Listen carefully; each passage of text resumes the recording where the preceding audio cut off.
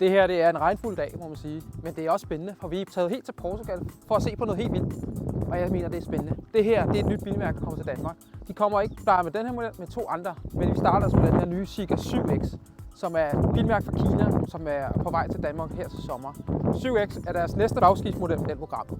Derudover får vi også en, der hedder 001 og en X. Men 7X her er SUV'en, og den er altså interessant. Og det, der er interessant ved den, det er, at den kan køre langt, og så kan den oplade hurtigt. Den kan oplade så hurtigt, at det blot tager 11 minutter for at oplade fra 10% til 80%. Vi har haft meget kort tid i dag, så det bliver en hurtig gennemgang af, hvad jeg kan vise jer, og vi har egentlig ikke haft mulighed for at teste rækkevidde. Men designet, man er ikke i tvivl. Zeekr ligner ikke de andre biler på markedet. De har deres helt eget design. Kommer man hen på siden, så har den her SUV en lidt mere linje, sådan lidt mere coupé i sin stil. Og bagenden her, den er meget minimalistisk i sin form. Pladsformene er også gode. Bagagerum, jeg kan ikke huske de præcise mål, det må jeg indrømme lige nu. Men altså, der er godt på plads her, og du kan nemt få en barnevogn. Dog er det måske heller ikke den helt største i klassen med øjenmål her. For at åbne, så skal man altså trykke, og det gælder også foran. Ikke her, men herop. Så åbner den helt op. Og her bagved, der sidder man altså ret godt. Man sidder faktisk rigtig fint. Man kan justere sæderne op og ned her. Og så kan du justere ryg det her sæde, så kan køre frem for mere plads bagi. Det er altså en luksus.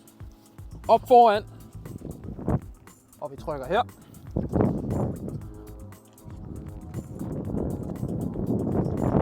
Ja, vi ruder altså lidt, når man er på sådan en prestur.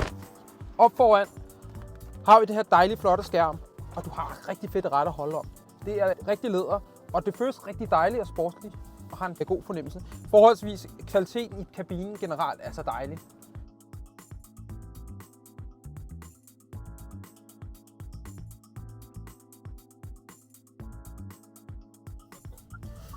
Vi kører herude på de her portugisiske landeveje, og sådan en bil her, den er jo en tung bil, men den er altså også dejlig sportslig at køre i. Den ligger altså godt på vejen, det må man sige. Og den ligger bedre end hvad mange andre, jeg har prøvet i den her klasse, de her premiumbiler. Man kan virkelig godt mærke, at de her Zeekr her har sportslige aner. Vi har jo tidligere også kørt X'erne og 001, og det var også lidt af det samme. Bilen er jo en del af Geely, så den er bygget på den der SEA-platform, som hvor vi også kender Polestar 4, som vi også var glade for at køre.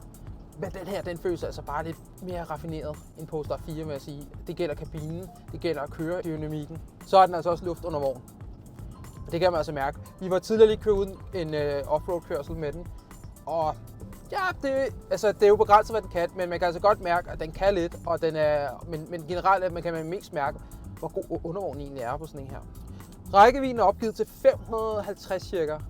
Vi kommer jo ikke til at finde ud af, hvad den kan på den her tur, for vi har altså kun 3 timer. Vi har ude at køre i den med det store batteri på 100 kW og 630 heste, tror jeg det er. Deromkring. Og den er altså hurtig, ja. 0-100 på 3,2 sekunder, hvis jeg husker korrekt. Men det er jo bare tal.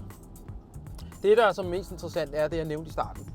At de siger, at den kan oplade fra 10 til 80% på blot 11 minutter. Så snakker vi.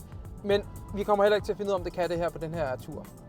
Vi vil senere få en bil til test i Danmark omkring slut af året. Men prisen, det starter fra 399.000 kroner. Og det er, synes jeg, en skarp pris for, hvad man får.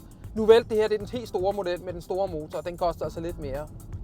Men 399.000, du får allerede for standard ret meget bil for pengene. Vi glæder os til at se mere af det her bilmærke.